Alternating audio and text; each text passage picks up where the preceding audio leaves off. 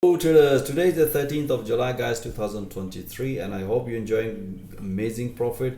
Let me share with you guys how we analyze the market in Kiwi dollar. As you have seen in my previous analysis, we've been long, and as explained to my trader in Asian session, as explained, we have bearish rejection, price nicely broken. As I explained my trader, after this breakout, just keep taking a pullbacks.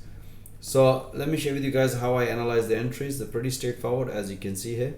This is the analysis. First pullback, as explained my trader, pullback long at the Asian session. We have one pullback, second pullback, beautiful, nicely hit to the profit target, bank some profit after banking even London morning session. As explained my trader, just keep taking a pullbacks guys. So you can see our intraday system allow us to take another beautiful pullback long trade here and bank amazing profit guys. I hope you enjoy this analysis, but if you want to see all that analysis in real time, most welcome. Join our fast growing trader community guys. Have a safe trading and wish you all the best.